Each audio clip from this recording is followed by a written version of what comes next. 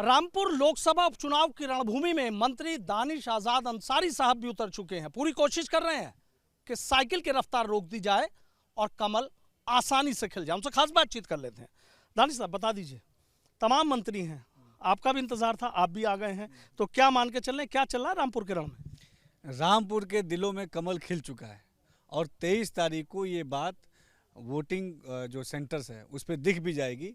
जिस तरीके से रामपुर के लोगों को आजम खान जी ने छला है, जिस तरीके से उनको विकास के लिए रामपुर की जनता ने चुना था, लेकिन उन्होंने रामपुर की जनता को बीच में छोड़ दिया, तो जिससे रामपुर के जनता में दुख है और अब वो मान चुकी है कि उनके सही मायनों में कोई विकास करने वाली पार्टी है तो भारतीय जनता पार्टी है। और इस बार 23 तारीख को जो उपचुनाव है लोकसभा का, उसमें कमल खिला के रामपुर की जनता विकास के नए रास्ते खोलेगी। अच्छा, जिस तरीके से विकास की बात कही जाए, हम भी कई जगह जा रहे हैं, तो लोगों का कहना है कि जो विकास है वो सिर्फ रामपुर तक सिमटा रहा। 5 विधानसभा सीटें यहाँ पर आती हैं, लेकिन अगर गांव के इलाकों की बात करें तो वहाँ उतना विकास नहीं हो पाया जितना होना चाहिए था। तो आपको लगता है कि शहर के साथ साथ गाँव के विकास पर भी आपका ध्यान रहेगा अगर कमल खिलता है तो? निश्चित तौर पे हमारे समाज के हर जगह में, गांव से लेकर शहर तक, हमारा पूरा फोकस है कि विकास हो और हम लगातार उस दिशा में आगे बढ़ रहे हैं। 2022 का चुनाव भारतीय जनता पार्टी ने विकास के दम पे लड़ा था और आम जनमानस का पूरा समर्थन, पूरा आशीर्वाद, पूरा स्नेह हमें विकास के बल पे मिला और यही विकास हम आगे भी लगातार करते रहेंगे। हमने विकास की बात कही भी है और ग्राउंड लेवल पे हम विकास के काम करेंगे भी। अच्छा, जैसे कहा जाता है कि रामपुर तो आजम का साहब का गढ़ है, तो आपको लगता है कि गढ़ में सेंध लगा पाएंगे पूरी मजबूती से? उनका किला ढह चुका है।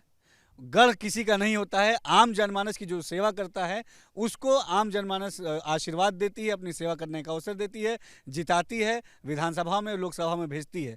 और जिस तरीके से बीच रास्ते में आजम खान जी ने यहाँ के लोगों का साथ छोड़ा है, अब यहाँ की जनता भी उनका साथ छोड़ देगी। 23 तारीख को जो चुनाव है, उपचुनाव में आप देखिएगा कि भारी बहुमत से भारतीय जनता पार्टी के हमारे प्रत्याशी लोधी जी जीतेंगे और हम रामपुर के लिए एक नई विकास की कहानी लिखेंगे। आखिरी सवाल मेरा ये था कि देखिए, मुस्लिम वोटर्स में कितनी मजबूती से बीजेपी सेंध लगा पाई? एक जीत होती है, क्या ऐतिहासिक जीत होती है, तो आपको लगता है कि ऐसी क्या चीज़ें हैं कि जो मुस्लिम आपको लगता है कि वो कमल खिलाएंगे, साइकिल को छोड़ देंगे? आज अल्पसंख्यक समाज में, चाहे अल्पसंख्यक समाज के हमारे सिख बिरादरी हो, चाहे हमारी मुस्लिम बिरादरी हो, सबके अंदर एक विश्वास है भारतीय जनता पार्टी के प्रति और ये विश्वास हमने काम करके उनके दिलों में जगह बनाई है, उनका विश्वास जीता है। जिस तरीके से लगातार बीते 5 साल में माननीय मुख्यमंत्री जी ने विकास के काम किए हैं, आम मुसलमान हो, चाहे सिख भाई हो, अल्पसंख्यक समाज हो, उनके विकास के नए नए रास्ते खुले हैं, उनके डेवलपमेंट के लिए काम हुआ है, उनके शिक्षा के लिए, उनके रोजगार के लिए, उनके उत्थान के लिए, हमारी बहनों के उत्थान के लिए काम हुआ है।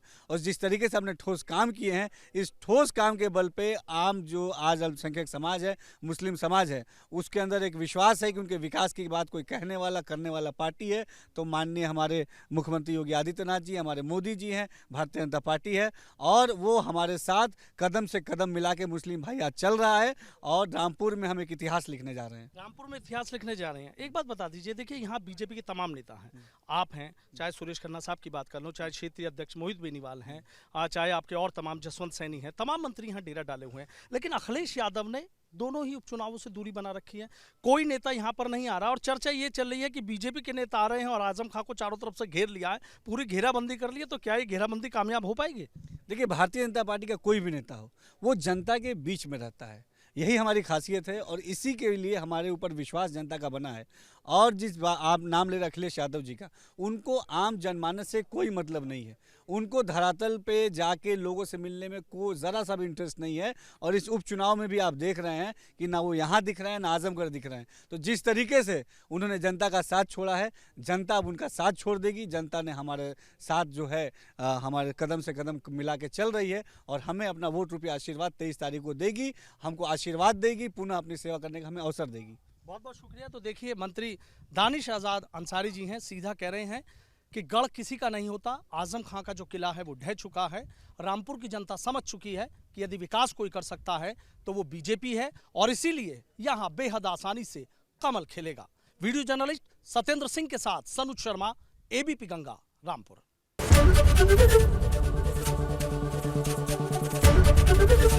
एबीपी गंगा, खबर आपकी, जुबान आपकी।